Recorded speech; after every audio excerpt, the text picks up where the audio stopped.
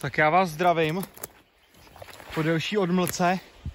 Teď jsem nějak neměl úplně energii točit a náladu, protože dřevo, který jsem dělal, bylo dost na prd i práce. Do toho ty vedra krpály, měl jsem toho plný brejle, teď jsem se tady přesunul na výpomoc ke kámošovi tady do Kudovcovýho Voka, kde to baští jako blázen. Dřevo tady jako je nádherný. Takovýhle stromy, je to všechno sežraný. Tak to tady házím takhle. Tady jsem zajetej. To si zajete fakt to. Prokličkoval jsem si to porostem krásně až k pařezu, abych to netahal daleko. A tady to takhle házím. Tamhle má linku. Tam to protáhne mezi stromama, házím to po špicích, snažím se to rozprostírat, aby to neměl na sobě. Děláme kulatiny, dlouhý a suráky špičky. Takže tak, teď tady si říznu Stromex. Stromex hurá na to.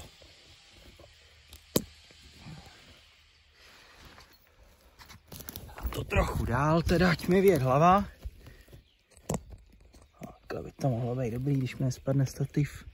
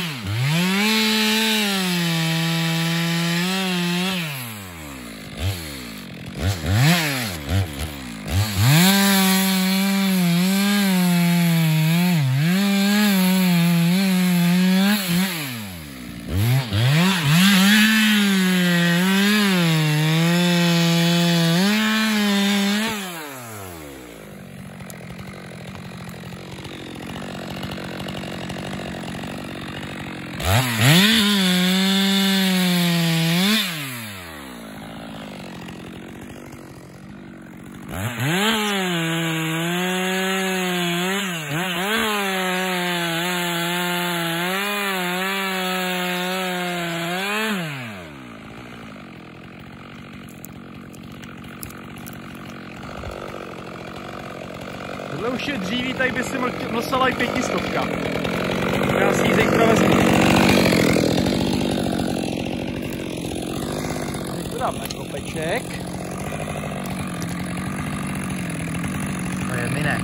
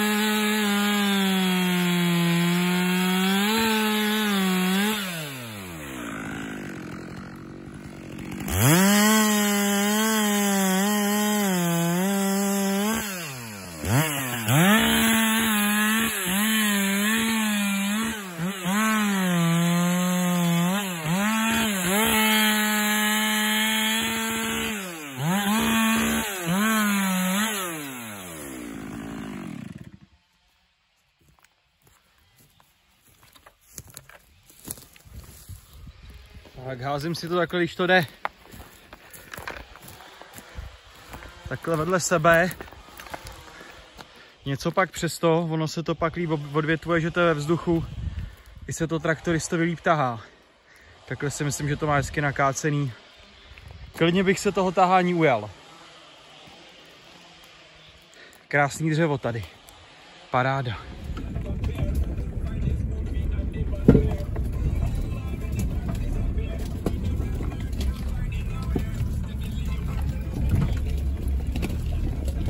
Větve v podvozku jsou nejhorší věc, ale tamhle jsem měl auto na druhé straně za míťáčkem, tak jsem to tady projel mezi stromama.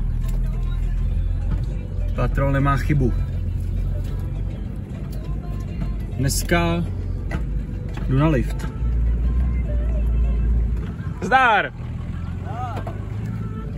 Dneska jdu s Patrolem na lift, budu dělat 2 palce.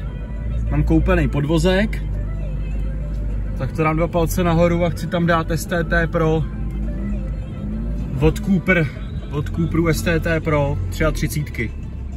Tak uvidíme. Tak zdar chlapi, já jdu domů, jsou 2 hodiny, mám toho plný brejle, mějte se hezky, čau.